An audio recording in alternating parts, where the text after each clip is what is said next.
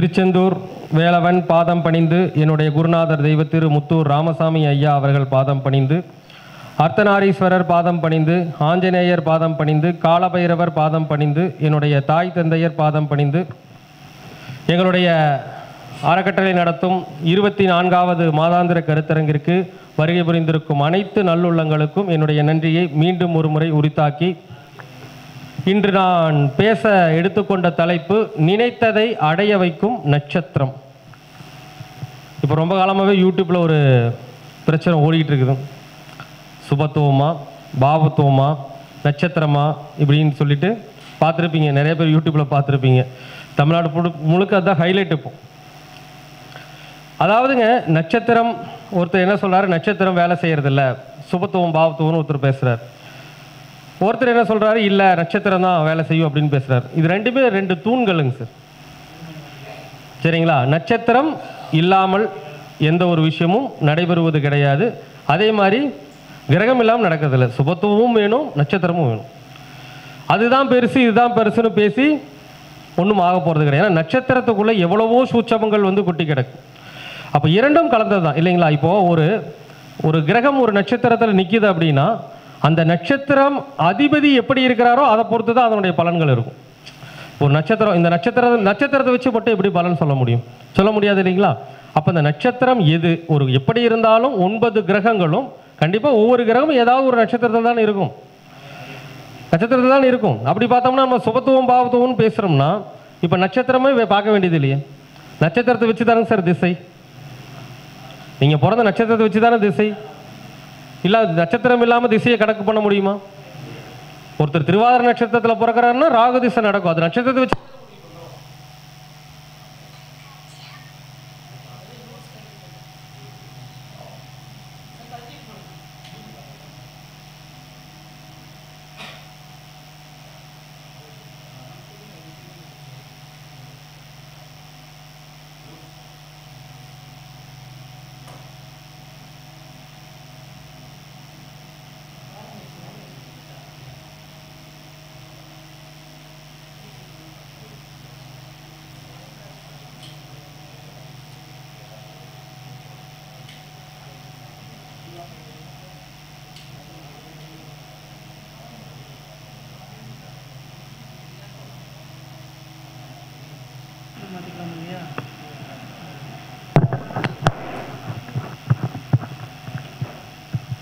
அப்போ நட்சத்திரத்தை வச்சு தான் திசையை நம்ம முடிவு பண்ணுறோம் இல்லைங்களா? ஏன் நீங்கள் திருவாதிரை நட்சத்திரத்தில் பிறந்துட்டு ராகு திசைக்கு பதிலாக ஏன் சனி திசை போட்டு பலன் சொல்லுங்க பார்க்கலாம்? முடியாது இல்லையா? அப்போது ஜோதிடம் சொல்வதற்கு நட்சத்திரமும் அவசியம். அப்போ அந்த நட்சத்திரம் எப்படி, நட்சத்திரத்தில் ஒரு கிரகம் இருக்குதுன்னா அந்த கிரகத்தை இயக்கிறது அந்த நட்சத்திராதிபதி தான் இல்லைங்களா? அப்போ நமக்கு ஜோதிடத்தில் 2 தூண்கள் மாதிரி தான்.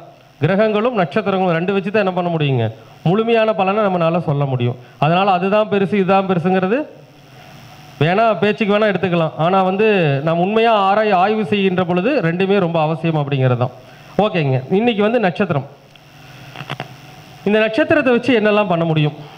இப்போ நம்ம நட்சத்திரத்தை பற்றி நிறைய வீடியோ பேசியிருக்கிறோம். ஒரு வீடியோ 2 வீடியோ இல்லைங்க, முழுக்க நட்சத்திரத்தை பற்றி தான் அதிகமாக பேசியிருக்கிறோம். இன்றைக்கி இந்த நட்சத்திரத்தை வச்சு என்ன மாதிரி விஷயங்களை எல்லாம் நம்ம ஜெயிக்க முடியும்? எல்லாத்தையுமே ஜெயிக்க முடியும். அப்போது இதை நம்ம என்ன சொல்லுவோம்னா, விதியையும் மதியையும் இணைத்து பலன் சொல்வது தான். எப்படிங்க? விதியையும் மதியையும் வைத்து பலன் சொல்வது தான் இந்த நட்சத்திர சூட்சமம் அப்படிங்கிறது. இப்போங்க சார், ஒரு வாழ்க்கையில் ஒருத்தர் பிறந்திருக்காங்க அப்படின்னா ஏதாவது ஒரு கஷ்டம் இல்லாமல் இருக்காது இல்லையா? ஒருத்தருக்கு கடன் இருக்கும், ஒருத்தருக்கு நோய் இருக்கும், ஒருத்தருக்கு வழக்கு இருக்கும், ஒருத்தருக்கு வருமானம் தடைபாடு இருக்கும். இந்த மாதிரி ஏதோ ஒரு பிரச்சனையில் எல்லா மக்களும் ஏதோ ஒரு பிரச்சனையும் இருக்க தான் செய்கிறாங்க இல்லையா? நல்லா காசு பணம் நிறையா வச்சுருக்கிறாங்க, ஹாஸ்பிட்டலுக்கு கொண்டு போய் கொட்டுன்னு கொட்டுறாங்க. என்ன பண்ண முடியும்? அப்போ அவங்களுக்கு சுகம் நல்லா இருந்தால் தானே ஆகுங்க. எவ்வளோ தான் காசு வச்சுருந்தாலும் ஒன்றும் பண்ண முடியாது இல்லைங்களா? இப்போ ஒன்றும் வேணாங்க, ஒரு 10 கோடி ரூபா சொத்து வச்சுருக்கிறாரு, சுகர் வந்துருச்சுன்னா ஸ்வீட் சாப்பிட முடியுமா? முடியாது இல்லையா? அப்போ ஜோதிட சாஸ்திரத்தை பொறுத்த வரைக்கும் ஒரு கடன் மட்டுமே ஒரு பிரச்சனைன்னு நினைக்காதீங்க. கடனை விட பிரச்சனை என்ன தெரியுங்களா? நோய். முதல்ல என்ன சொல்லுவாங்க, நீ ஒரு சாமி கோயிலுக்கு சாமி கும்பிடும்போது கூட நம்முடைய முன்னோர்கள் என்ன சொல்லி கொடுத்துருக்குறாங்க? என்னுடைய சுகத்தை நோய் நொடி இல்லாமல் வச்சுக்கணும் தான் ஃபஸ்ட்டு சொல்கிறாங்க. ஒரு மனுஷன் நோய் நொடி இல்லாமல் இருந்தாலே அடுத்து அவன் உழைக்க தயாராகிடுவான். எவ்வளோ கஷ்டமாக இருந்தாலும் உழைச்சி அந்த கஷ்டத்தை அவனால் நீக்க முடியும். அப்போ முதல்ல உடல் சுகம் அப்படிங்கிறது தான் ஒரு மனிதனுக்கு மிக பிரதானமான விஷயம். காசு பணம் அப்படிங்கிறது ரெண்டாவது விஷயம்தான். சரிங்களா? சரி, ஓகே. இந்த நட்சத்திரத்தை வச்சு நாம் எப்படி ஒவ்வொரு பாவகத்திற்கும் இருக்கக்கூடிய பிரச்சனைகளை சரி செய்வது பார்க்கலாங்களா? சரி, இப்போது 12 பாவம் இருக்குது. நம்ம எல்லா பாவத்தையும் எடுத்து நம்ம சொன்னோம் அப்படின்னா அதுக்கு டைமு பத்தாது. 12 பாவத்துக்கும் எடுத்து ஒவ்வொன்றா சொல்கிறது ரொம்ப கஷ்டம். அப்போ நம்ம என்ன பண்ணுறோம்னா விதியையும் மதியையும் கனெக்ட் பண்ணுறோம். என்ன பண்ணுறோம்? விதியையும் மதியையும் கனெக்ட் பண்ணுறோம். இப்போ அதே ஃபஸ்ட்டு நம்ம லக்னத்திலேருந்து ஆரம்பிச்சிருவோம். ஓகேங்களா? லக்னம் அப்படின்னா என்ன? லக்னத்திலிருந்து நம்ம என்னென்ன விஷயங்களை தெரிஞ்சுக்க முடியும்? லக்னங்கிறது பிறந்த ஊர், நீங்கள் பிறந்த இடம்தான் லக்னம். ஒரு மனிதனுடைய சுய முயற்சி அப்படி சொல்லுவாங்க, தன்னுடைய உழைப்பு, ஒரு விஷயத்தை உழைச்சி அவன் ஜெயிக்கணும்னா லக்னம் அப்படிங்கிறது ரொம்ப முக்கியம் இல்லைங்களா? லக்னாதிபதி கெட்டு போயிட்டு அவன் செயல்பட முடியுமா? செயல்பட்டாலும் பலன் கிடைக்குமா? கிடைக்காது. அப்போ லக்னம் தான் ஒரு மனிதனுடைய செயல்பாடு தொடங்கக்கூடிய இடம், அந்த விதி ஆரம்பிக்கக்கூடிய இடம் அதுதான். அப்போ அதே மாதிரி லக்னம்ங்கிறதா ஒருத்தருக்கு புகழை கொடுக்கறனாலும் சரி, ஒருத்தனுக்கு ஒரு இகழ்ச்சியை கொடுக்கறதுனால அதுக்கு காரணம் என்னங்க? லக்னம் தான் இல்லையா? ஒரு உயர்ந்த நிலைக்கு ஒரு புகழோடு வாழ்றனா அவருக்கு என்ன வேணும்? லக்னம் வேணும். காலபுருஷனுக்கு முதல் ராசியில் எந்த கிரகம் உச்சம்? சூரியன் தானே உச்சம், அஸ்வினியில் தானே உச்சம். அப்போ ஒரு மனிதன் புகழ் பெறணும்னாலும் லக்னம் தான் வேணும். அதே ஒரு மனிதனுக்கு புகழ் மாதிரியே ஒரு அவமானம் வர்றதும் லக்னம் தான். ஓகேங்களா? அப்போ லக்னம் என்பது ஒரு மனிதனுடைய அடையாளம். ஓகேங்களா? அப்போ இந்த இடத்துல நான் இவ்வளோ தூரம் நின்று பேசிகிட்டு இருக்கிறோம்னா அதுக்கு காரணம் என்ன? லக்னம் நல்லா இருந்தால் தான் நம்ம ஒரு பெரிய அளவே வர முடியும். நீங்கள் எந்த பெரிய ஆள் ஜாதகத்தை எடுத்துக்கிட்டீங்கனாலும் லக்னம்ங்கிறது ஸ்ட்ராங்காக இருக்கும் இல்லையா? சரி, இப்போ ஒரு மனிதன் ஒரு காரியத்தை செய்கிறான் அப்படின்னா அவனுக்கு அந்த காரியம் வெற்றி பெறுவதற்கு லக்னம் என்ற ஒரு விஷயம் மிக பிரதானமான அவசியமான ஒரு விஷயம். அப்போ நாம் இது எப்படி அந்த லக்னத்தை சரியாக இயக்குவது? இப்போ நான் லக்னத்தை தான் சொல்கிறேங்க. 12 பாவகத்துக்குள்ளே இருக்கக்கூடிய பிரச்சனைகளையும் கரெக்டாக பார்த்து இயக்குனா சரி பண்ண முடியும். ஃபஸ்ட்டு லக்னத்திலேருந்தே நம்ம ஸ்டார்ட் பண்ணுவோம். இப்போ லக்னம் அப்படிங்கிறது ஒரு புள்ளியில் விழுந்திருக்குமா விழுந்திருக்காதுங்களா? லக்னங்கிறது ஒரு புள்ளியில் விழுந்திருக்கும். அப்போ அந்த லக்ன புள்ளி நின்ற நட்சத்திரம்னு ஒன்று இருக்கும் இல்லைங்களா? அந்த நட்சத்திரம் என்னன்னு குறித்து வச்சுக்கோங்க. நீங்கள் எல்லாருமே உங்கள் ஜாதகத்தை எடுத்து வச்சுக்கிட்டு லக்ன புள்ளி அப்படிங்கிறது ஒரு நட்சத்திரத்தில் தான் இருக்கும். அந்த லக்ன புள்ளியை குறித்து வச்சுக்கோங்க. குறிச்சுக்கிட்டீங்களா? இது விதி. என்னதுங்க? விதியுடைய தொடக்க புள்ளி, செயல்பாடுகளுடைய தொடக்க புள்ளி. குறிச்சுக்கிட்டீங்களா? இப்போ இந்த செயல்பாடுகளுடைய தொடக்க புள்ளியானது, விதி என்ற ஒரு புள்ளியானது நம்முடைய மதிக்கு எப்படி இருக்கு அப்படின்னா எப்படிங்க? நீங்கள் உங்களுடைய சந்திரன் என்ற நட்சத்திரம் என்னன்னு பார்த்துக்குங்க. சந்திரன் என்ற நட்சத்திரம் நீங்கள் பிறந்த நட்சத்திரம் தான், வேற ஒன்றும் கிடையாது. குறித்து வச்சுக்கிட்டீங்களா? நீங்கள் உங்களுடைய லக்ன புள்ளி நின்ற நட்சத்திரம் உங்களுடைய ஜாதகத்தில் நீங்கள் பிறந்த நட்சத்திரம். புரியும்படி சொன்னால் நீங்கள் பிறந்த நட்சத்திரம். குறிச்சுக்கிட்டீங்களா?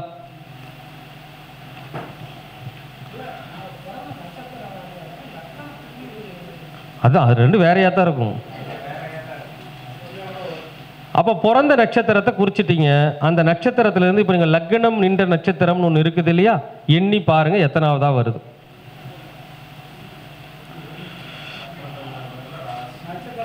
உங்கள் நட்சத்திரத்திலிருந்து நீங்கள் பிறந்த நட்சத்திரம்னு ஒன்று இருக்கும் இல்லைங்களா? அந்த நட்சத்திரத்திலிருந்து உங்களுடைய லக்ன புள்ளி ஒரு நட்சத்திரத்தில் விழுந்திருக்கும்.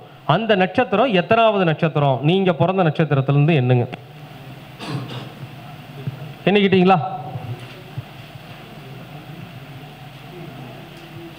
இது நட்சத்திர தாரை தான், நட்சத்திர தாராபலன் தான். அதை ஒவ்வொரு பாவத்துக்கும் கனெக்ட் பண்ணி எப்படி ஒவ்வொரு பாவத்துக்குள்ளும் இருக்கக்கூடிய பிரச்சனைகளை சரி செய்ய முடியும் அப்படிங்கிறது தான்.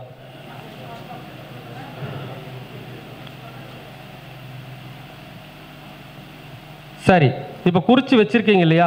அந்த நட்சத்திரம் எத்தனாவதுன்னு வரும் இல்லையா? 1 2 வரலாம், 4 வரலாம், 5 வரலாம், 6 வரலாம், இப்படி ஒவ்வொரு வரிசையிலும் வரலாம் இல்லைங்களா? யாருக்கெல்லாம் அது 2 20 அந்த மாதிரி சூழ்நிலையில் வருதுன்னு பாருங்க. யாருக்கெல்லாம் 13 அந்த மாதிரி வரிசையில் வருதுன்னு பாருங்க. யாருக்கெல்லாம் 6 5 24 வருதுன்னு பாருங்க. யாருக்கெல்லாம் 8 26 வருதுன்னு பாருங்க. வருதுங்களா? பார்த்துக்கிட்டீங்களா? 2 20, அதாவது அந்த நீங்கள் பிறந்த நட்சத்திரத்திலிருந்து லக்ன புள்ளி நின்ற நட்சத்திரம் 2வது நட்சத்திரமா, 20வது நட்சத்திரமா, 13வது நட்சத்திரமா, 6வது நட்சத்திரமா, 5வது நட்சத்திரமா, 24வது நட்சத்திரமா, 8வது நட்சத்திரமா, 26வது நட்சத்திரமான்னு பார்த்துக்கோங்க. பார்த்துக்கிட்டீங்களா? இந்த நிலை இருந்தால் உங்களுடைய லக்னம் சுபத்தன்மை பெற்றுள்ளது என்று அர்த்தம். லக்னம் சுபத்தன்மை பெற்றுள்ளது அப்படின்னு அர்த்தம். ஓகேங்களா? அப்ப அந்த நட்சத்திரத்தை நீங்கள் இயக்குகின்ற பொழுது, அந்த நட்சத்திரத்தை என்ன பண்றதுங்க, நீங்க இயக்குகின்ற பொழுது உங்களுடைய வாழ்க்கையில உங்களுடைய செயல்பாடுகளுக்கான வெற்றி என்பது உறுதியாகும். அப்ப அந்த நட்சத்திரத்தை எப்படி இயக்கிறது? இப்ப யாராச்சும் ஒருத்தர் சொல்லுங்க, ஏன்னா சிம்பிளா லாஜிக்கா சொல்லுவோம். யாராச்சும் ஒருத்தர் சார் எனக்கு 2வது நட்சத்திரம் 20வது நட்சத்திரம் இப்படி சொன்ன இல்லைங்களா? இப்போ ஒரு சில வரிசைகள்லாம் சொன்ன இல்லைங்களா? யாருக்காச்சும் இருந்தால் சொல்லுங்க. 19 நான் சொல்லலை,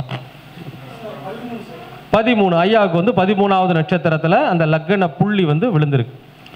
அப்போ 13வது நட்சத்திரம் அப்படிங்கிறது ஜோதிட சாஸ்திரத்தில் ஒரு பதவி உயர்வை சொல்லக்கூடிய நட்சத்திரம், ஒரு நன்மையை சொல்லக்கூடிய நட்சத்திரம், ஒரு ஆயுள் சிறப்பை சொல்லக்கூடிய ஒரு நட்சத்திரம். சரிங்களா? இப்போ அந்த 13வது நட்சத்திரம் அப்படிங்கிறத அந்த ஜாதகர் இயக்கணும். அந்த 13வது நட்சத்திரத்தை இயக்கினால் அவருடைய செயல்பாடுகளுக்கான வெற்றி உறுதியாகும். அப்போ இதை எப்படி இயக்கிறது? இதற்கு சூட்சமங்களை நம்ம ஜோதிட சாஸ்திரத்தில் தெரிஞ்சு வச்சுக்கணும். ஐயா நீங்க என்ன லக்னங்க ஐயா? ரிஷப லக்னம். ஓகே. மூல நட்சத்திரம் ரிஷப லக்னம். ஓகே. ரோகிணியில் நிற்கிது. என்ன நட்சத்திரம்? மூல நட்சத்திரம். இப்ப பாருங்க, மூல நட்சத்திரத்துக்கு 13வது நட்சத்திரம் தானே ரோகிணி. அதுல தானே அவருடைய லக்ன புள்ளி விழுந்திருக்கு. அப்படின்னா அவருக்கு 3வது அந்த ரோகிணி இயக்கிறதா வேண்டாமான்னு முதல்ல முடிவு பண்ணணும். இப்போ ரோகிணி இயக்க சொல்லிட்டேன் நான் உங்களுக்கு, கண்டிப்பா இயக்கலாம், ஜெயிக்கலாம். அப்போ இந்த ரோகிணி இயக்குகின்ற பொழுது அந்த சந்திரன் எங்க இருக்கிறாருன்னு பார்க்கணும். சந்திரன் எங்க இருக்காருங்க? 8க்கு போயிடுறாரு. கரெக்டா தானுங்க? ரிஷப லக்னத்துக்கு 8ல் இருக்காரு. அப்போ நட்சத்திரம் நல்லா இருக்கு, ஆனா அந்த நட்சத்திராதிபதி 8க்கு போயிட்டார். அப்போ இவர் 8க்கு போகிறது நல்லதா கெட்டதாங்கிறத முதல்ல முடிவு பண்ணணும். முடிவு பண்ணுமா வேண்டாங்களா? ஏன்னா அப்பதான் அந்த நட்சத்திரத்தை இயக்கும் போது அதனுடைய முழுமையான சுபத்தன்மை நமக்கு கிடைக்குமா இல்லையான்னு முடிவு பண்ண முடியும். இப்போ சந்திரன் உங்களுக்கு யாருன்னு பார்க்கணும். நீங்க என்ன நாம யோகத்தில் பிறந்திருக்கிறீங்க? சுப்ர நாம யோகம். சுப்ர நாம யோகத்திற்கு யோகி வந்து யார் அப்படின்னா சந்திரன் தான். கரெக்டுங்களா? சுப்ரம நாம யோகத்துக்கு யார் யோகிங்க? சந்திரன் தான் யோகி கிரகம். ஆனா அவர் எங்க போயிட்டாரு? 8க்கு போயிட்டார். சரி, குரு எங்க இருக்கார்? சரி, ஓகே, அது பிரச்சனை இல்லை, பரிவர்த்தனை கிடையாது. சரி, அப்போ அவருடைய ஜாதகத்தில் அவருடைய லக்ன புள்ளியுடைய இயக்கம் ரோகிணி வச்சிருக்குது. ஆனால் ரோகிணிக்கு உண்டான சந்திரன் 8க்கு போயிட்டாரு. இப்போ இந்த லக்ன புள்ளியை இயக்கிறதுக்கான விதம் என்னன்னா, ரோகிணியும் இயக்க வேண்டும், அந்த சந்திரனுக்கு வாழ்வியல் பரிகாரமும் செய்யும். அப்படி செய்கின்ற பொழுது உங்களுடைய வாழ்க்கையில் இருக்கக்கூடிய கஷ்டங்கள் நீங்க ஆரம்பிச்சிடும். அப்போ என்ன பரிகாரம் பண்றது அப்படின்னா சிம்பிள். ரோகிணி நட்சத்திரம் என்பது யாரை குறிக்கக்கூடியது? ரோகிணி நட்சத்திரத்துடைய அதிதேவதை யாருங்க? கிருஷ்ணர். அப்போ நீங்கள் கிருஷ்ணர் கோயிலுக்கு போய் வழிபாடு செஞ்சுட்டு, அதுக்குள்ளேயே சூட்சம் இருக்குதுங்க. கிருஷ்ணர் கோயிலுக்கு போய் வழிபாடு செஞ்சுட்டு, அந்த சந்திரன் 3குடையவன். கரெக்டுங்களா? ரிஷப லக்னத்துக்கு சந்திரன் 3குடையவன். எங்கே இருக்கிறாரு? 8ல் இருக்கிறார். 8ஆம் இடம் என்ன ராசி? தனுசு ராசி. தனுசு ராசி அப்படிங்கிறது தான் கோவிலை சொல்லக்கூடிய ராசி இல்லையா? ஒரு ஸ்கூலு, பள்ளிக்கூடம், ஒரு கோவில் அப்படிங்கிறதெல்லாம் எந்த ராசிங்க? தனுசு ராசி. அப்போ அந்த சந்திரன் அந்த தனுசு ராசிக்குள்ள இருக்கிறாரு. அது கோவிலை சொல்லக்கூடிய ஒரு ராசி. அது காலபுருஷனுக்கு 9, லக்கணத்துக்கு 8. அப்போ 8னா என்ன சொல்லுவோம்? அசுத்தமானது அப்படின்னு அர்த்தம் இல்லைங்களா? அப்போ அந்த 8ஆம் இடம், அந்த கோவிலை அந்த சுத்தம் பண்றாங்க இல்லையா? சந்திரன்னா யாரு? தாய்மார்கள். தாய்மார்கள் தானே சந்திரனா? தாய்மார். அப்போ அந்த கோவிலை சுத்தம் பண்ணக்கூடிய தாய்மார்களுக்கு நீங்க என்ன பண்ணணும்னா, அந்த ரோகிணி நட்சத்திரத்தை அன்னைக்கு போய் கிருஷ்ணரை கும்பிட்டுட்டு அந்த கோவிலே வேலை பார்ப்பாங்க இல்லையா, அவங்களுக்கு உங்க கையால என்ன பண்ணலாம் அப்படின்னா ஒரு 200 ரூபா பணம் கொடுக்கலாம். ஏன்னா அது என்ன ராசி? தர்மத்தை சொல்லக்கூடிய ராசி தான் அந்த தனுசு ராசி. அப்போ அந்த 200 ரூபா பணத்தை நீங்க கொடுக்கலாம். ஏன் பணம் அப்படிங்கிறத நாங்கள் மென்ஷன் பண்றோம்னா, அந்த சந்திரன் 8ஆம் இடத்துல இருந்து 2ஆம் இடத்தை பாப்பாருங்களா?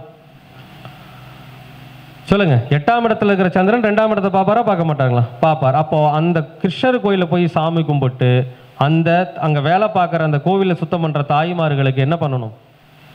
ஒரு 200 ரூபா பணம் கொடுக்கணும். இந்த இயக்கத்தை நீங்கள் செய்கின்ற பொழுது தொடர்ச்சியாக நீங்கள் செய்கின்ற ஒவ்வொரு பலனுக்கும் விடை கிடைக்கும். ஓகேங்களா? பண்ணிக்கலாமா? சரி. குருவாயூர் இருக்கு, இங்கே கிருஷ்ணர் கோயில் தமிழ்நாட்டுக்குள்ளே இருக்கு இல்லைங்களா, கிருஷ்ணர் கோயிலுக்கு போய் சாமி கும்பிடணும். அப்போ இந்த இயக்கத்தை செய்யும்போது கண்டிப்பாக அதற்கான விடை கிடைச்சித்தான் ஆகணும், கிடைக்காத போகிறக்கு வாய்ப்பே கிடையாது. சரி சார், இப்போ நம்ம அந்த தெய்வத்தை தான் வந்து இயக்கணுமான்னு கிடையாது. அந்த ரோகிணி நட்சத்திரத்துக்குன்னு ஒரு உணவு இருக்கு. என்ன உணவு? நாவல் பழம். நாவல் பழம் சீசனுக்கு தானே வரும், ரெகுலராக இயக்கணும். அப்படின்னா என்னங்க, ரோகிணின்னா பால்கோவா, பால்கோவா எடுத்துக்கலாம். அப்போ நம்ம ரெகுலராக பால்கோவா சாப்பிடணும். ஆனால் பால்கோவா சாப்பிட்டாலும் கூடவே இந்த பரிகாரம் இருக்கணும். இத்தனோட்டு பால்கோவா சாப்பிட்டாலும் அப்படியே கோயிலுக்கு போய் சுத்தம் பண்ணவங்களுக்கு ஒரு 200 ரூபா பணம் கொடுக்கணும். சரி, 200 ரூபா முடியல, அட்லீஸ்ட் ஒரு 20 ரூபாயாச்சும் கொடுங்களேன், தப்பில்லையே. இப்போ நம்ம ரெகுலராக கோயிலுக்கு போகிறோம் அப்படின்னு வச்சுக்கோங்களேன், இப்போ சாப்பிட்றோன்னு வச்சுக்கோங்க, ரெகுலராக சாப்பிட்றோம், நான் பால்கோவா ரெகுலராக சாப்பிட்றோம், இத்தனோடு ஒரு பால்கோவா வாங்கி சாப்பிட்டோம்னாலும் கூட அந்த தாய்மார்களுக்கு பக்கத்தில் கோவில் இருக்கும் இல்லையா, நம்ம பால்கோவா சாப்பிட்டு அந்த பக்கத்தில் இருக்கிற கோவிலுக்கு போய் அங்கே சுத்தம் பண்ணுறவங்களுக்கு நான் 200 ரூபாய்ன்னு சொல்லலை, ஒரு 20 ரூபா கொடுக்கலாம் இல்லைங்களா? சந்திரனை எத்தனைங்க? 2, 20 ரூபா கொடுக்கலாம் இல்லையா? அப்போ இந்த விஷயங்களை நீங்கள் தொடர்ச்சியாக செய்கிற போது கட்டாயமாக உங்களோட செயல்பாடுக்கு வெற்றி கிடைக்கும். ஓகேங்களா? அப்போ நம்ம பார்க்கணும். இப்போ இது ஒரு விதம். சரிங்க சார், இப்போ லக்னத்தை நம்ம வந்து சரி பண்ணிட்டா ஓகே. அவங்களுக்கு நீங்கள் சாப்பிட்டுங்க சார், ரோகிணி பால்கோவா அவங்களுக்கு 20 ரூபா பணம் கொடுத்துருங்க. அப்போ இதுதான் சூட்சம், இதுதான். அப்போ ஒவ்வொரு ஜாதகத்திலையும் அந்த நட்சத்திரத்தை இயக்கிறதுக்கு நம்ம நட்சத்திரத்தையும் பார்க்குறோம், கிரகத்தையும் பார்க்குறோம்.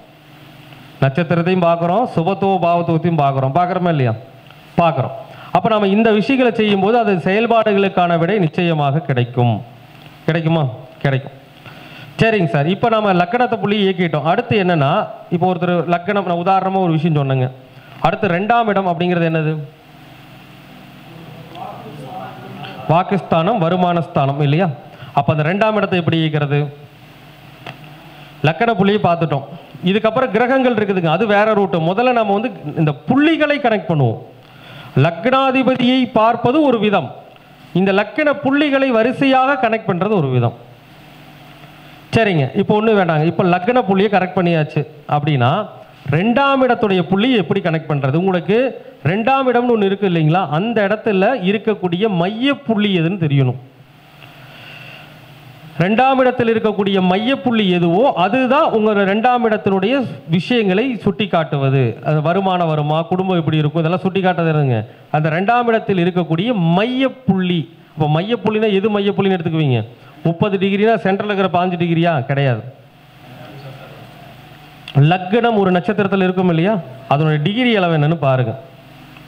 இப்போ ஐயாவே சொன்னாங்க, ஐயா ரோகிணி எத்தனாம் பாதத்துலங்க இருக்குது?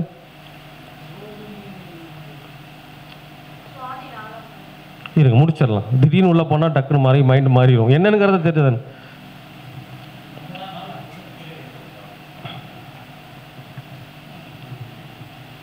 நான் உதாரண ஜாதகம் போடுறேன், அப்போ தான் இன்னும் உங்களுக்கு தெளிவாக புரியும். 2ஆம், அதாவது உங்கள் ஜாதகத்தில் லக்ன புள்ளி எந்த நட்சத்திர பாதத்தில் இருக்கு? ரோகிணி 4ஆம் பாதம். டிகிரி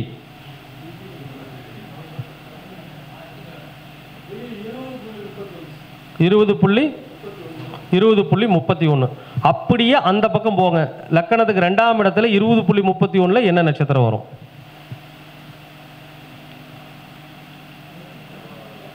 கணக்கு போடுங்க. இப்போ லக்கண புள்ளி ரோகிணி 3ங்களா? 4. அப்போ லக்கண புள்ளி 20. அதே அந்த பக்கம் 20.31 என்ன நட்சத்திர பாதம் வரும்? திருவாதிரை 4, புனர்பூசம் 1. புனர்பூசம் 1. எப்படி திருவாதிரை 4 வரும்? மிருகசீஷம் 3.20 3ஆம் பாதம், 4ஆம் பாதம் 6.40 முடியும். திருவாதிரை 10 டிகிரியோட முடியும் 1ஆம் பாதம். 2ஆம் பாதம் 13.20, 2ஆம் பாதம் 16.40 இல்லைங்களா?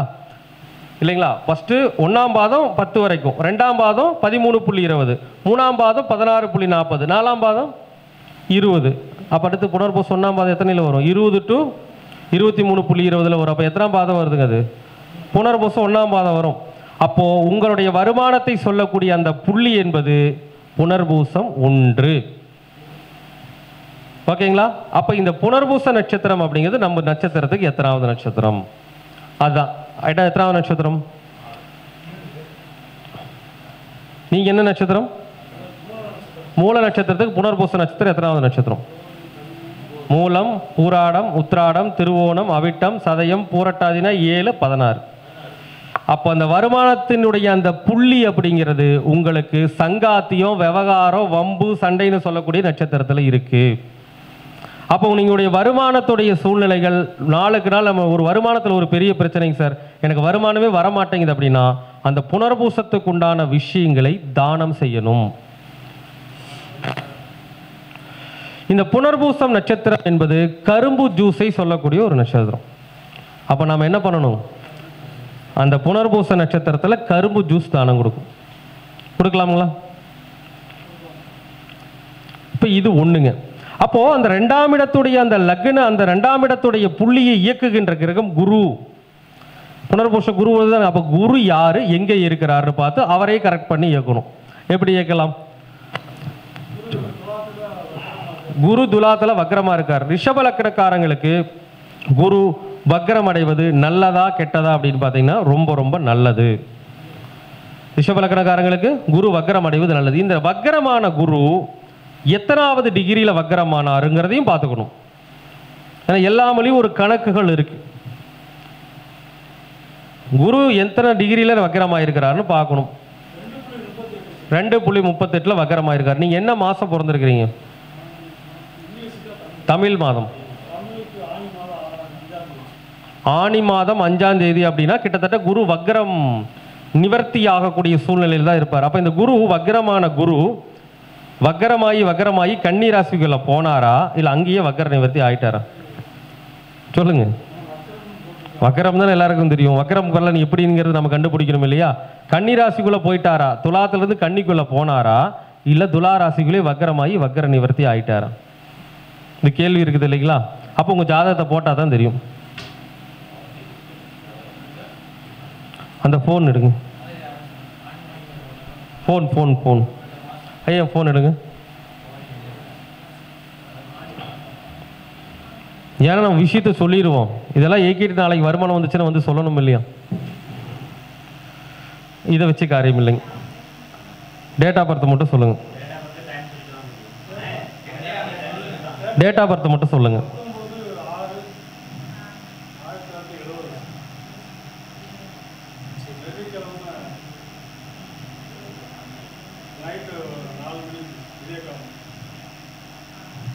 பத்தொன்பது 6/70 இல்லைங்களா?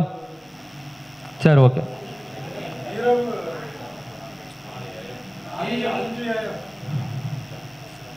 5/4 உங்களுக்கு கன்ஃபியூஷனா? இப்போ 2ஆம் இடம் அப்படித்தான் இருக்குதுங்க.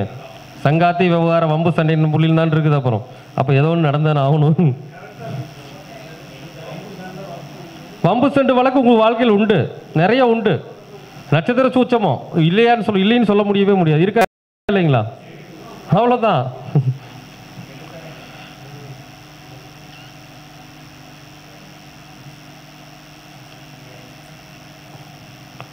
குரு 2.39 இருக்கிறாருங்க.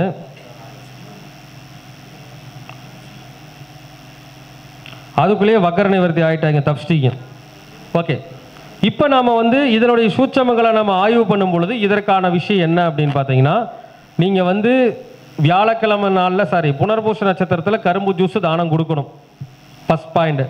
குரு தான் உங்களுக்கு 8ஆம் அதிபதி 6ல் வக்ர நிலையில் இருக்கார். ரிஷப லக்னக்காரங்களுக்கு குரு வக்ரமாகிறது நல்லது.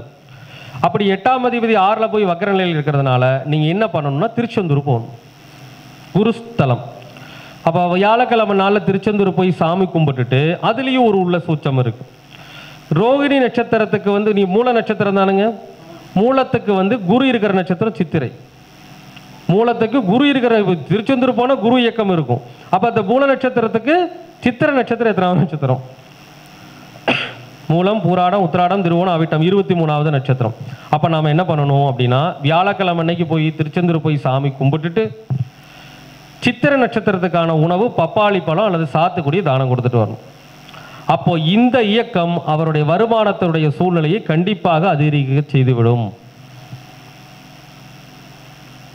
சரிங்களா?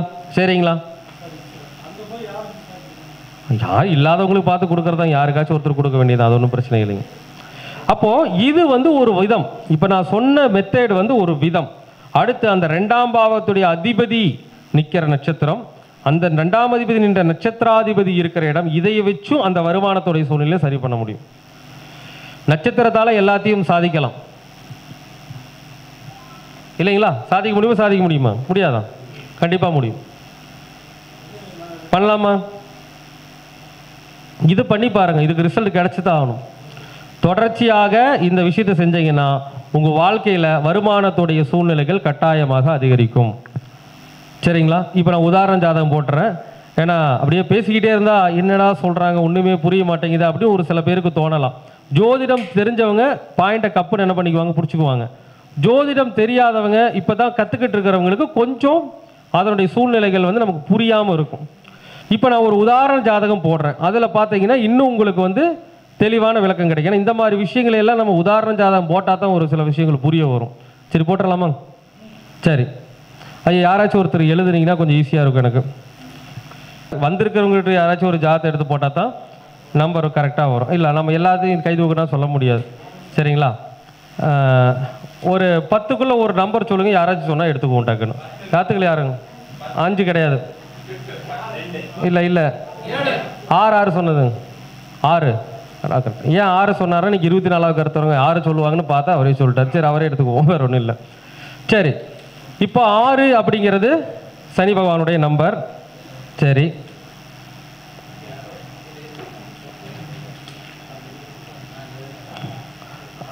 இல்லை எழுதலாங்க ஐயா. ஏன்னா நமக்கு என்னென்ன விஷயங்க, நம்ம என்ன சொன்னோம்னா நட்சத்திரங்களை வைத்து அந்த நட்சத்திரத்தினுடைய இயக்கத்தின் மூலமாக நம்முடைய எல்லா விதமான பிரச்சனைகளுக்கும் தீர்வு காண முடியும்.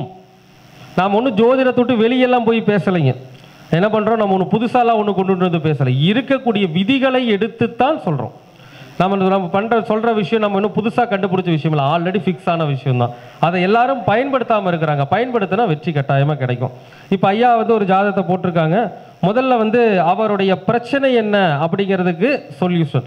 ஏதாவது ஒரு பிரச்சனையோ கஷ்டமோ ஒரு மனுஷனுக்கு இல்லாமல் போகாது. உங்களுடைய கஷ்டம் என்னங்க சார்? கடன் பிரச்சனை. சரி ஐயா போட்டுக்குங்க. லக்கணம் தனுசு லக்கணங்க. இப்போ கடன் பிரச்சனை அப்படின்னா இதுக்கு எதை பார்க்கணும்? 6ஆம் இடத்தை பார்க்கணும். ஆனால் எதை இயக்கணும்? 2 இயக்குனா தானே. கடன் பிரச்சனைனா கடன் எப்படி தீரும்? பணம் நிறையா வந்தால் தானே தீரும். இப்போ கடன் பிரச்சனை தீருதுன்னா கடன் பிரச்சனை தீரும்னா எப்படி தீரும்? இன்க்ரீஸ். அதானுங்க, வருமானம் இன்க்ரீஸ் ஆனால் தான் கடன் தீரும். அப்போ நீங்கள் என்ன பண்ணணும்? கடனை ஒரு பக்கம் தீக்கணும்னா முதல்ல 2ஆம் பாவகத்தை இயக்கணும். அப்போ உங்களுக்கு ரொம்ப முக்கியமானது 2ஆம் பாவகம் தான். சரியா? தனுசு லக்கணங்கய்யா. லக்கண புள்ளிங்கய்யா 259.44.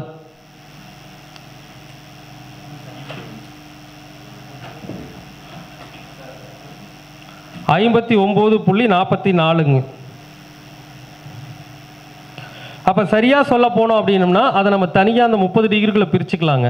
அப்போனா 19.44 கரெக்டுங்களா? அப்போது இவருடைய லக்கண புள்ளி விழுந்திருப்பது எதுலைங்கன்னா 19 புள்ளி. போதுங்க, விட்டுருங்க ஐயா, நான் பார்த்துக்கிறேன். ஐயா போடுங்க, போதுங்க. சரி, ஓகே, போதுங்க. அப்போ இவருடைய லக்கண புள்ளி விழுந்திருப்பது பார்த்தீங்கன்னா 19.44 இந்த இடத்துல. சரிங்களா? 30 டிகிரிக்குள்ள. இந்த 19.44 அப்படிங்கிறது இங்கே என்னவா வரும்? இந்த ராசிக்குள்ள 19.44 போடுங்க. இதுதான் 2ஆம் வீட்டினுடைய மைய புள்ளி. அப்போனா இங்கே என்ன வரும்? திருவோணம் எத்தனாம் பாதம் வரும்? 3ஆம் பாதம் வரும். கரெக்டா? திருவோணம் 3ஆம் பாதம் தானே வரும். திருவோணம் 3ஆம் பாதம் தான் 16:40 20 வரைக்கும். அப்போ இவருடைய அந்த நட்சத்திர பாதம் 2ஆம் இடத்தினுடைய மையப்புள்ளி லக்னத்திலிருந்து எண்ணும்போது வர்றது என்னதுங்க? திருவோணம் 3ஆம் பாதம். ஓகேங்களா? அப்போ திருவோண நட்சத்திரம் தான் இவருடைய 2ஆம் இடத்தினுடைய மையப்புள்ளி. அப்படின்னா அது என்ன விழுந்திருக்கு அப்படிங்கிறத பார்க்கணும். திருவோணம் வருதுங்க. நீங்க பிறந்த நட்சத்திரம் என்னன்னா பூராடம். பூராடத்துக்கு திருவோண நட்சத்திரம் எத்தனாவது நட்சத்திரம்?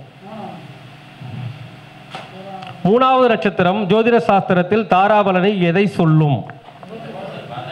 விபத்து தாரை. விபத்துனா போய் வண்டியில் போய் ஆக்சிடென்ட் ஆகிறதெல்லாம் விபத்து இல்லைங்க. நாம் ஒரு காரியத்தை செய்யறோம், அது நடக்கலைன்னா அது ஒரு விபத்து தான். சரிங்களா? அப்போ இவருக்கு என்ன பிரச்சனை? இந்த 2ஆம் இடம் இயங்குறதுலயே பிரச்சனை இருக்குதா இல்லையா? சொல்லுங்க சார்.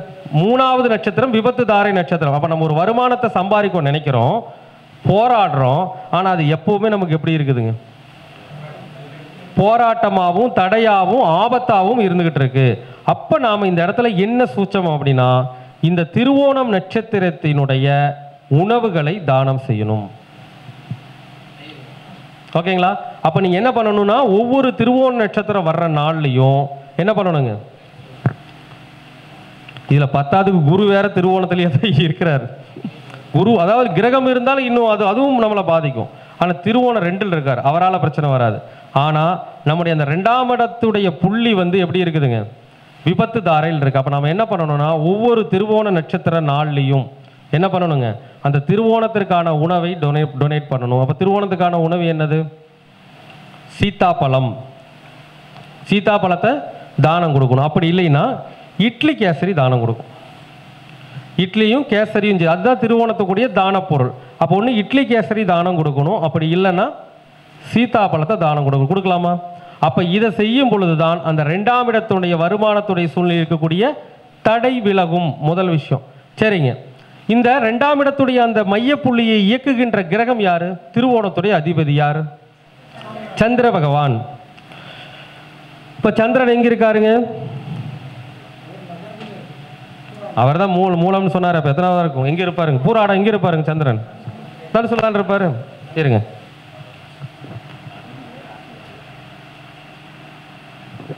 அப்ப சந்திரன் எங்க இருக்காருங்க? லக்கணத்திலேயே இருக்கிறார்.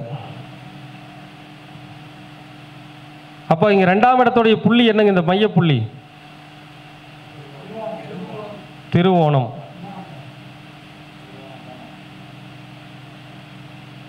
திருவோணம் 3 இல்லைங்களா? திருவோணம் 3. அப்போ திருவோணத்துக்கான பரிகாரத்தை சொல்லியாச்சு. அப்போ அந்த 2ஆம் இடத்துடைய அந்த புள்ளியை இயக்கக்கூடிய கிரகம் ஜாதகத்துக்கு நல்லவரா கெட்டவரா அது பார்க்கணுமா வேண்டாமா?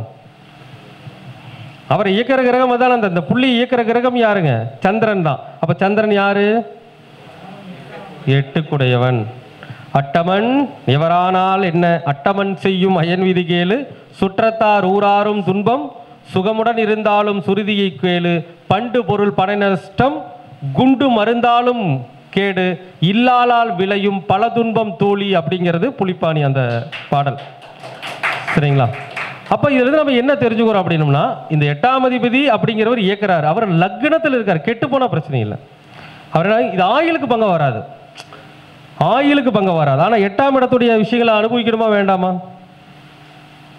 அனுபவிக்கணும் வேண்டாமா? கண்டிப்பா அனுபவிக்கணும். அப்ப இந்த 8ஆம் அதிபதி சந்திரன் அது எப்படிப்பட்ட சந்திரன் பார்க்கணும். தேய்பிரையா இருந்தா தப்பிச்சுக்கலாம், வளர்பிரையா இருந்தா வளர்பிறை பஞ்சமி பவரா இருக்கார், ஹை பவரோடு இருக்கிறார். அப்ப இந்த 8ஆம் இடத்தினுடைய விஷயங்களை என்ன பண்ணணும்? நாம அனுதினமும் அனுபவிச்சுக்கிட்டே இருக்கணுங்கிறதா இந்த ஜாதகத்துடைய சூழ்நிலை. அப்போ இந்த ஜாதகர் 8ஆம் இடம் சார்ந்த விஷயங்களை இயக்குகின்ற பொழுது நல்லாவர். 8ஆம் இடத்தில் இருக்கக்கூடிய சுபத்துவமான விஷயங்களை நம்ம எடுத்துக்கணும். அப்ப 8ஆம் அதிபதி லக்னத்துக்கு வர்றார் அப்படின்னா 8ஆம் இடம் என்பது ஆயுள் காப்பீடு, லைஃப் இன்சூரன்ஸ் ஜாதகர் மேல போட்டுருணும். அப்போ உங்க பேர்ல லைஃப் இன்சூரன்ஸ் ஒன்று எடுத்து வைக்கணும். வச்சிருக்கீங்களா? கட்டுறீங்களா?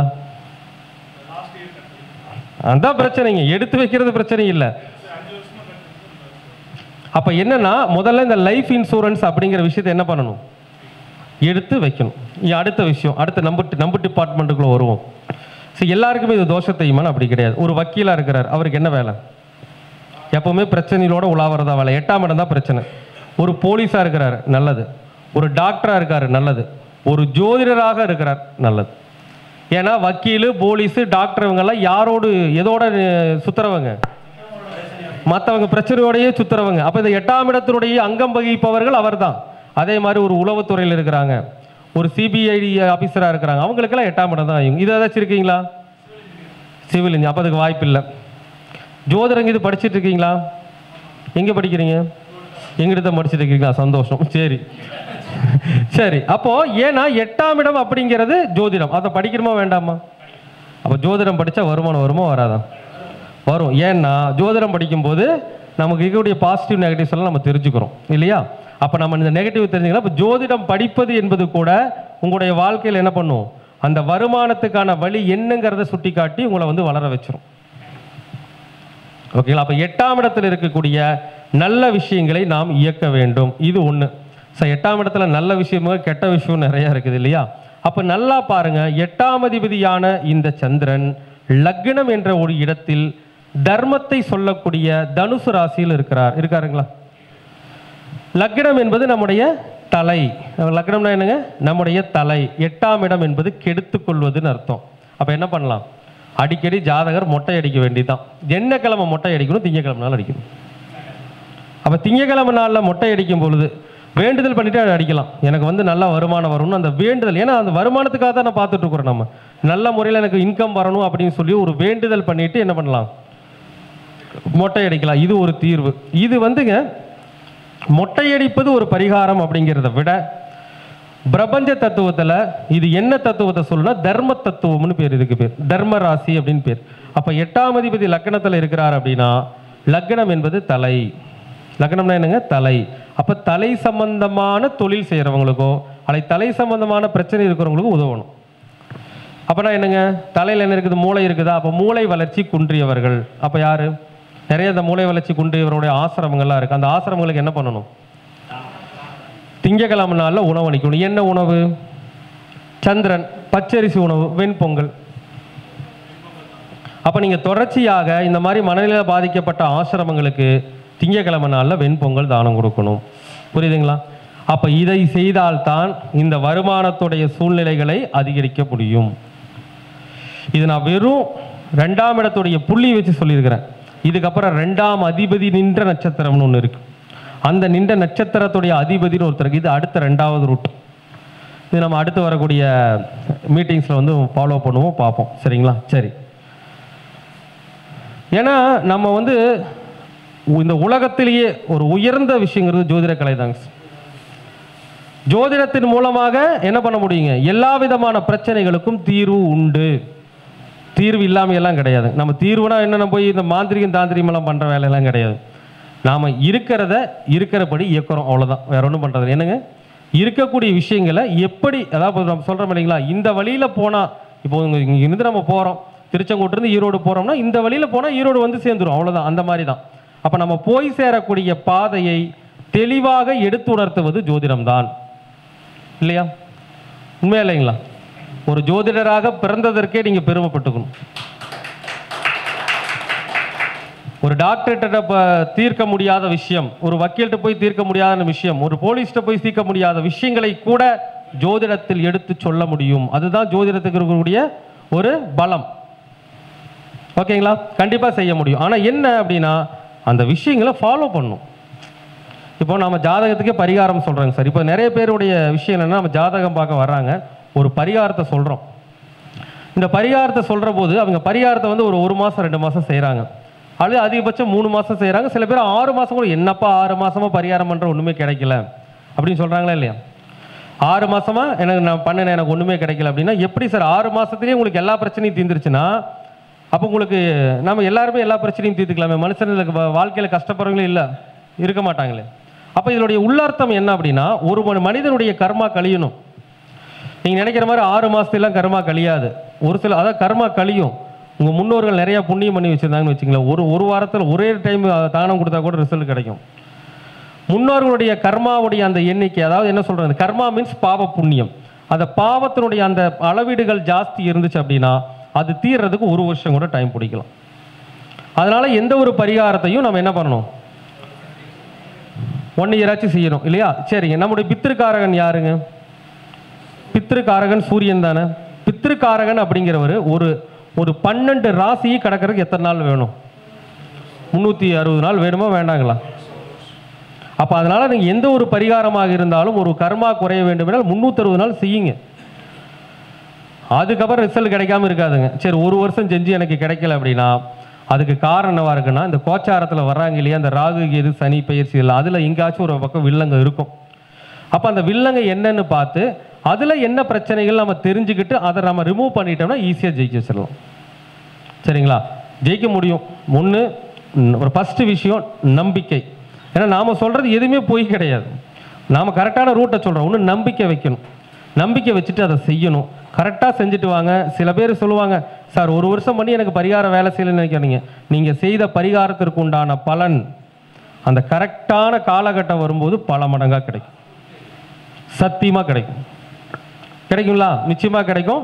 அதனால் வந்து ஜோதிடத்தின் மூலமாக எல்லா விஷயங்களையும் நம்ம என்ன பண்ண முடியும்? சொல்ல முடியும். சரி பண்ண முடியும். அப்படிங்கிறத விட குறைக்க முடியும். எல்லாமே சரி பண்ண முடியாது. ஒரு சில விஷயங்களை என்ன பண்ண முடியும்? குறைச்சி தான் கொண்டு வர முடியும். கர்மாவை கொஞ்சம் கொஞ்சமாக தான் குறைக்க முடியும். எடுத்தோடனே ஒரு கர்மாவை குறைக்கிறதுனா எல்லாமே நல்லா ஆயிடுவாங்க. அப்போ கஷ்டப்படுறவங்க யாரும் இருக்க போகிறான்? ஓகேங்களா? இப்போ வந்து பார்த்தீங்கன்னா ஒன்றும் வேண்டாங்க சார். திருச்செந்தூர் யாரெல்லாம் போவீங்க அதிகமாக? திருச்செந்தூர் போனோம்னாங்க சார், பௌர்ணமி அன்னைக்கு நாங்கள் போகிறோம் அப்படின்னா எல்லா மாதமே நான் இது வரைக்கும் நான் போன ஒரு 10-12 வருஷத்தில் எல்லா மாதமே முருகப்பெருமானுக்கு அபிஷேகம் செய்வோங்க நாங்கள். ஆனால் இந்த கடைசி 2 வருஷமாக பௌர்ணமி அன்னைக்கு அபிஷேகத்துக்கு டிக்கெட் கிடைக்கிறது இல்லை. முருகப்பெருமான் வளர்ந்துட்டார் அப்படின்னா அங்கே திருச்செந்தூருக்கு கூட்டம் அதிகமாகிடுச்சு. ஓகேங்களா? இப்போலாம் பண்ண முடியுது இல்லைங்க. பௌர்ணமி நாளில் போய் நீங்கள் வந்து அபிஷேகம் பார்த்துருங்க பார்க்கலாம் முடியாது இல்லைங்க. அப்போ என்னன்னா மக்கள் வந்து கடவுளை நாடி செல்ல தொடங்கி விட்டார்கள். அப்போ அந்த போகிறவங்க எந்த கோவிலுக்கு எப்படி போகணும், என்ன மாதிரி கோவிலுக்கு போனால் நமக்கு வெற்றி கிடைக்கும். கோவிலில் கூட நம்ம நிறைய விஷயங்கள் இருக்குது. நான் சொல்லுவேன், இந்த கோவிலுக்கு போகாதீங்கன்னு கேட்பாங்க. என்னங்க சாமி நீங்கள் முருகன் கோயிலுக்கே போகக்கூடாதுங்கிறீங்க அப்படின்னு சொல்கிறது உண்டு. அப்போ நம்ம என்னென்னா ஒரு முருகன் கோவிலுக்கு போகும் பொழுது அந்த முருகன் கோவிலை புனரமைத்தவர்கள் எப்படி அமைச்சிருப்பாங்க, எப்படி அந்த காலத்தில் நீங்கள் நினைக்கிறீங்களே இத்தனை சிவாலயங்கள் இருக்குது, இத்தனை பெருமாள் கோயில் இருக்குது, இத்தனை முருகன் கோயில் பழமையான கோயில் 1000-2000 வருஷம் பழமையான கோயில் இருக்குது. அந்த இடத்துல அவங்க கோவிலை எப்படி வடிவமைச்சிருப்பாங்க தெரியுங்களா? தன்னுடைய ஞான சித்தியால் உணர்ந்து இந்த இடத்தில் செவ்வாயுடைய பவர் இருக்கும் அப்படிங்கிற அந்த ஞான சக்தியால் உணர்ந்து அமைத்த கோவில்கள் தான் ஒவ்வொன்றுமே. அப்போ சிவன் கோயிலுக்கு போகும்போது அங்கே சூரியனுடைய சக்தி இருக்குது. புரியுதுங்களா? ஒவ்வொன்றுகளும் இருக்கும். செவ்வாய் கோயிலுக்கு போகும்போது முருகன் கோயிலுக்கு போகும்போது செவ்வாயுடைய வைப்ரேஷன் இருக்குது. அது நாம் நினைக்கிறோம் முன்னோர்கள்லாம் ஒன்றும் சாதாரண முட்டாள்கள்லாம் கிடையாதுங்க. அவங்களுக்கு இருக்கக்கூடிய அந்த ஞான திறமை அப்படிங்கிறது நமக்கெல்லாம் வர சித்தர்களுடைய ஞான திறமை நமக்கு வருமா? எவ்வளோ விஷயங்களை கொடுத்துட்டு போயிருக்கிறாங்க. அதனால் வந்துங்க இந்த மாதிரி இப்போ ஐயாவுக்கு ஒரு விஷயம் சொன்னேன். இந்த மாதிரி நிறைய விஷயங்கள் வந்து நம்முடைய இதில் வந்து இருக்குது. எல்லாத்தையுமே நம்ம கண்டிப்பாக என்ன பண்ண முடியும்? ஜெயிக்க வைக்க முடியும். எந்த பிரச்சனை இருந்தாலும் 2 ரூட்டு. இப்போ சொன்னது முதல் ரூட். இது வந்து புள்ளியை நகர்த்தி கொண்டு சொல்வது அப்படின்னு என்னங்க, அந்த லக்ன புள்ளி இருக்கக்கூடிய புள்ளியை வச்சு ஒவ்வொரு பாவகத்துக்குள்ளேயும் அந்த புள்ளியுடைய மைய புள்ளி எங்கே விழுகுதுன்னு பார்த்து அதற்கான நட்சத்திரம் நட்சத்திராதிபதி இயக்குகின்ற விதம் ஒரு விதம். அடுத்தபடியாக அந்த வீட்டுக்கு அதிபதி எந்த பிரச்சனையாக இருந்தாலும் அதுக்கு ஒரு வீடு இருக்கும் இல்லைங்களா, அந்த வீட்டதிபதி இயக்குகின்றது ஒரு விதம். இப்போ நான் ஒரு ரூட்டு தான் பிடிச்சிருக்கிறேன். 2 ரூட்டையும் பிடிச்சிங்கன்னா 12 கட்டத்தில் எந்த கட்டத்தில் பிரச்சனை இருந்தாலும் கண்டிப்பாக படிப்படியாக உங்களுக்கு பிரச்சனை குறைஞ்சிரும். 2ஆம் இடம் வருமானம், 3ஆம் இடம் முயற்சி, 4ஆம் இடம் சுகஸ்தானம், 5ஆம் இடம் பூர்வ புண்ணியம் எண்ணங்கள் திட்டங்கள், 6ஆம் இடம் கடன் நோய் வழக்கு வேலை, 7ஆம் இடம் திருமண லைஃபு, 8ஆம் இடம் ஆயில், அதே மாதிரி வந்து பார்த்தீங்கன்னா அவமானம் அசிங்கம் இந்த மாதிரி விஷயங்கள், ஒரு தாத்தனுடைய சொத்து, இப்படி நிறைய இருக்குது. 9ஆம் இடம் அதிர்ஷ்டம், 10ஆம் இடம் தொழில், 11ஆம் இடம் லாபம், 12ஆம் இடம் சயன போகம். அப்போ அடிக்கடி என்னுடைய குருநாதர் ஒரு விஷயம் சொல்லுவார். என்ன தெரியுமா சொல்லுவாங்க, நீங்கள் எத்தனை கோடி சம்பாரிச்சு வேணால் வச்சுருக்கோம், அது ஒன்றும் பிரச்சனை கிடையாது. ஒரு மனுஷனுக்கு 4-12 கெட்டு போச்சு, நம்ம வேலை இல்லை அவனுக்கு.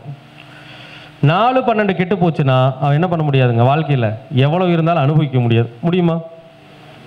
4ஆம் இடத்துல தான் சுகம் இருக்குது, 12ஆம் இடத்துல தான் தூக்கம் நிம்மதி இருக்குது. உண்மையா இல்லையா? 4-12 ஒரு ஜாதகத்தில் கெட்டுருச்சுன்னா அவன் கோடியாக சொத்து வச்சுருந்தாலும் ஆனால் அனுபவிக்க முடியாது, அவன் நிம்மதியே இருக்க முடியாது. அதான் உண்மையா இல்லைங்களா? அப்போ முதல்ல 4-12 ஒரு ஜாதகத்தில் வலுவோடு இருக்க வேண்டும். அதான் உண்மை. நீங்கள் எவ்வளவு எந்த பாவகத்தை போய் நீங்கள் ஆக்டிவேஷன் பண்ணினாலும் ஒரு ஜாதகத்தில் 4-12 கெட்டு விட்டால் பெஸ்ட். 40 வயசுலேயே சுகர் வந்துடும், 30 வயசுலேயே ப்ரெஷர் வந்துடும். 4-12 கெட்டு போச்சா வருமா வராதுங்களா? சத்தியமாக வரும். அப்போ அந்த மாதிரி தான் ஒரு ஜாதகத்தில் 4-12 நல்லா இருக்கிறவங்க தான் எதை பண்ணினாலும் எவ்வளோ காசு சேர்த்தினாலும் என்ன பண்ணாலும் எல்லாத்தையும் என்ன பண்ண முடியுங்க, முழுமையாக சந்தோஷமாக அனுபவிக்க முடியும். அப்படிங்கிறது யாராலையும் மறுக்கவே முடியாது. அந்த அளவுக்கு உண்மை அதில் இருக்குது. சரிங்களா? அந்த மாதிரிங்க நாமளை பொறுத்த வரைக்கும் நாம் ஒன்றும் பெரிய என்னமோ சொல்லுவாங்க, நாங்கள் தான் பெரிய ஆள்லாம் நாங்கள் சொல்லிக்கவே மாட்டோம். என்றைக்குமே அது கிடையாது. இன்னைக்கு வரைக்கும் நாம் ஆய்வுகள் மட்டும்தான் பண்ணுறோம். என்ன பண்ணுறோங்க, ஆய்வுகள் மட்டும்தான் நம்முடைய வேலை. ஆய்வுகள் பண்ணி மக்களுக்கு எப்படி பிரச்சனைக்கு தீர்வு தரோங்கிறத நோக்கி தான் பயணிக்கிறோமோ தவிர இந்த இந்த இந்த யூடியூப் சண்டை மாதிரியெல்லாம் நான் தான் பெருசு, நீ தான் பெருசு, இதுதான் பெருசு, அதான் பெருசுலாங்க பேசுகிறதே கிடையாது. இருக்கிற உண்மைத்தன்மையை எடுத்து உரைக்கிறோம், மக்கள் பயன்படுத்திக்கிறதுக்கு வழி சொல்கிறோம். அதுதான் நம்முடைய வேலையை தவிர எப்பவுமே ஜோதிடத்தில் தான்ங்கிற ஒரு அகங்காரம் வந்துருச்சுனாவே சனி பகவான் உங்களுடைய வாக்க பலிதத்தை பிடுங்கிடுவார். என்ன பண்ண முடியாது, என்ன பண்ணிடுவாருங்க, வாக்கு பலிதத்தை பிடுங்கிக்குவார் சனி பகவான். அதனால் நமக்கு தெரிஞ்சதை மக்களுக்கு சொல்லுவோம், எல்லாரும் பயன்படுத்தட்டும், எல்லாரும் நல்லா இருக்கட்டும். அதனால் பார்த்தீங்கன்னா நீங்கள் ஒவ்வொருவரும் உங்களுடைய ஜாதகத்தில் பார்த்து வச்சுக்கோங்க, என்ன பிரச்சனைன்னு தெரிஞ்சு வச்சுக்கோங்க. அந்த பிரச்சனைக்குண்டான பாவகத்தினுடைய புள்ளி என்னன்னு தெரிஞ்சு வச்சுக்கோங்க. அந்த புள்ளியை கரெக்டான முறையில் சரியான முறையில் இயக்குனீங்கன்னா உங்களுடைய பிரச்சனைகள் படிப்படியாக குறைந்து உங்களுடைய வாழ்வில் மிகப்பெரிய நன்மைகள் என்பது நிச்சயமாக நடக்கும். உங்களுடைய பிரச்சனைகள் நிச்சயமாக குறையும். பிரச்சனைகள் குறைந்து ஒவ்வொருவரும் வாழ்வில் ஒரு மிகப்பெரிய வெற்றியை அடைவீர்கள். அதற்கு இந்த இறைநிலையும் பிரபஞ்சமும் என்றும் துணை நிற்கும் என்று கூறி என்னுடைய சிற்று உரையை நிறைவு செய்து கொள்கின்றேன். நன்றி, வணக்கம், வாழ்க வளமுடன்.